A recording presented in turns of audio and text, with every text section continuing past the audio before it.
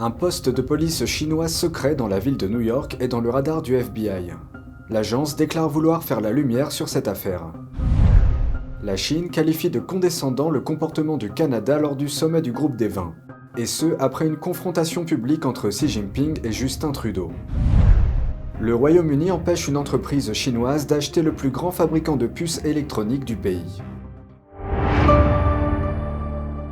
Bienvenue dans Regard sur la Chine. Avant de commencer, je vous informe que le programme Regard sur la Chine sera diffusé sur la nouvelle chaîne Regard sur la Chine NTD. Je vous invite à cliquer dès maintenant sur le lien en dessous de cette vidéo pour vous abonner. En effet, suite aux élections américaines de 2021, notre chaîne NTD français s'est vue retirer sa monétisation sur YouTube. En d'autres termes, nous ne bénéficions d'aucun revenu depuis cette période. Pour que nous puissions continuer à vous informer dans de bonnes conditions, vous pouvez nous soutenir en vous abonnant et en partageant le lien de la nouvelle chaîne. Merci pour votre attention et j'espère vous retrouver très vite sur la nouvelle chaîne de Regard sur la Chine. Un post-scriptum sur la confrontation entre le dirigeant chinois Xi Jinping et le Canadien Justin Trudeau. Les deux hommes se sont brièvement confrontés en marge du sommet du G20. Jeudi, le ministère chinois des Affaires étrangères a qualifié les actions du Canada à Bali d'irrespectueuses, ajoutant que le Canada est responsable de la détérioration des liens entre les deux pays. Voici la suite. Ce commentaire intervient après la diffusion d'une vidéo montrant le dirigeant chinois confrontant le Premier ministre canadien. On y voit Xi Jinping réprimander Trudeau pour des fuites présumées d'une conversation non officielle, avertissant que ce comportement pourrait entraîner des conséquences imprévisibles. D'autres mots ont été prononcés après que les deux hommes se soient séparés.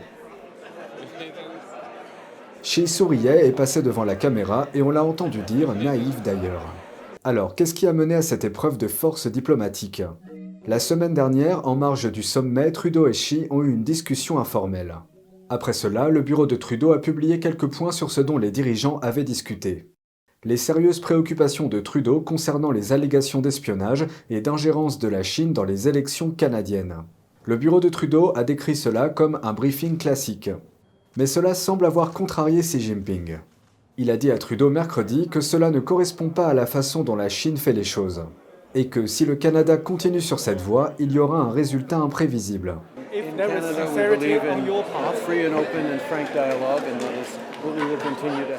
Pendant que Trudeau parlait, Xi s'est abstenu d'établir un contact visuel.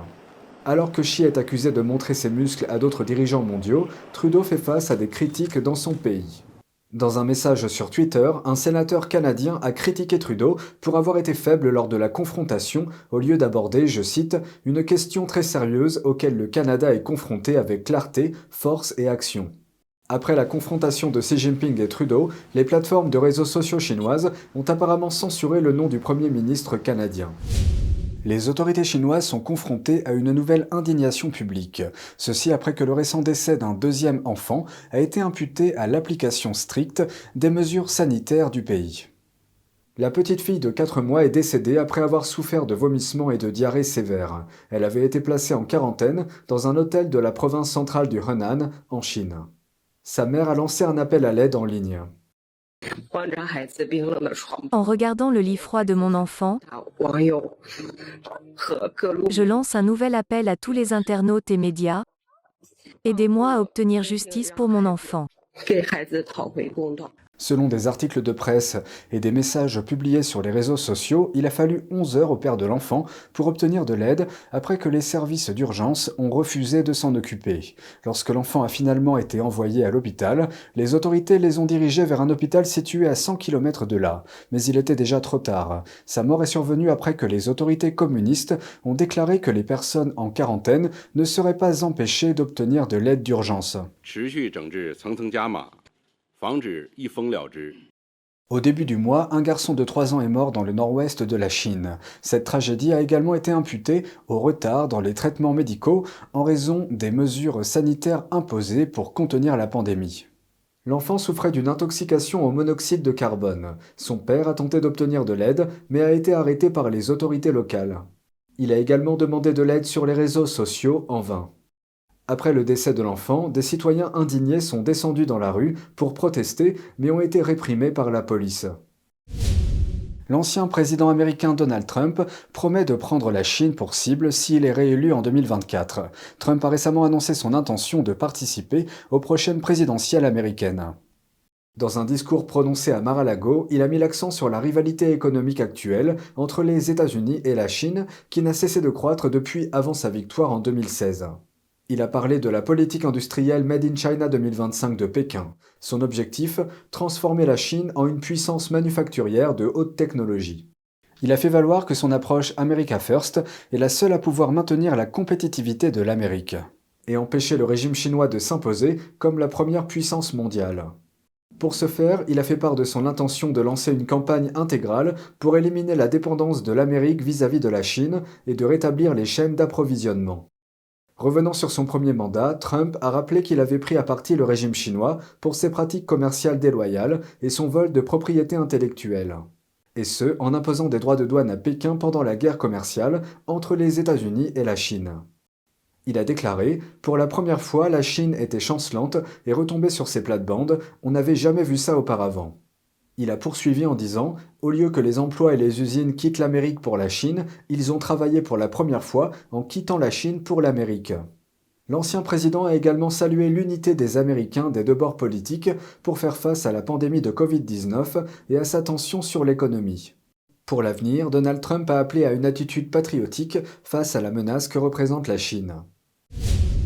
Le directeur du FBI prend pour cible un poste de police chinois secret qui opère à New York. Il se dit très préoccupé par ce qu'il appelle les actions scandaleuses de Pékin. Voici la suite. Les efforts du Parti communiste chinois pour mettre en place des commissariats de police aux États-Unis se heurtent à une résistance. Le directeur du FBI, Christopher Wray, a récemment promis d'y mettre un terme. Je suis profondément inquiet à ce sujet, et je ne vais pas laisser faire. Il qualifie de scandaleux le fait que la police chinoise tente de s'installer sans coordination adéquate. Le poste de police chinois fonctionnerait à Manhattan et serait géré par l'association America Changli. Les avant-postes de ce type semblent en apparence servir à des fins administratives, comme aider les immigrants chinois à renouveler leur permis sans rentrer en Chine. Mais en réalité, ils agissent comme des postes de police à l'étranger pour le PCC. Harceler, traquer, surveiller, faire chanter les gens qu'ils n'aiment pas ou qui sont en désaccord avec le régime de Xi Jinping. C'est un vrai problème et nous en parlons aussi avec nos partenaires étrangers, parce que nous ne sommes pas le seul pays où cela s'est produit. Selon lui, le régime chinois engage des détectives privés aux États-Unis pour agir en tant qu'agents et effectuer une partie de ce travail. Il a cité des cas où des mouchards ont été placés dans des voitures américaines. De plus, le département de la sécurité intérieure a exprimé des préoccupations similaires. Ce n'est pas seulement une question de sécurité nationale, c'est une question de sécurité intérieure dans un certain nombre de domaines. Le secrétaire d'État affirme que la menace de la Chine est l'une des plus importantes auxquelles les États-Unis sont confrontés sur le plan national. Mais les responsables n'ont pas précisé si les avant-postes chinois étaient légaux. Wray dit que le FBI examine les paramètres juridiques de la situation. C'est au ministère de la Justice qu'il revient de les fermer. D'autre part, le ministère chinois des Affaires étrangères minimise l'accusation, disant qu'il n'y a pas de raison d'être nerveux à ce sujet. Sur le front des micropuces, le gouvernement britannique a empêché une entreprise chinoise de reprendre le plus grand fabricant de micropuces du Royaume-Uni. Cette décision intervient après qu'une étude a montré que cette acquisition comportait des risques pour la sécurité nationale. Voici la suite. Newport Wafer Fab est la plus grande usine de semi-conducteurs du Royaume-Uni.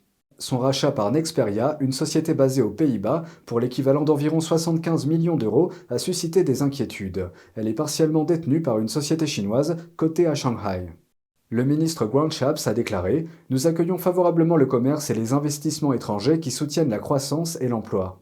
Mais si nous identifions un risque pour la sécurité nationale, nous agirons de manière décisive. » En juillet 2021, Nexperia a acheté une participation de 86% dans l'usine de puces, portant sa participation totale à 100%.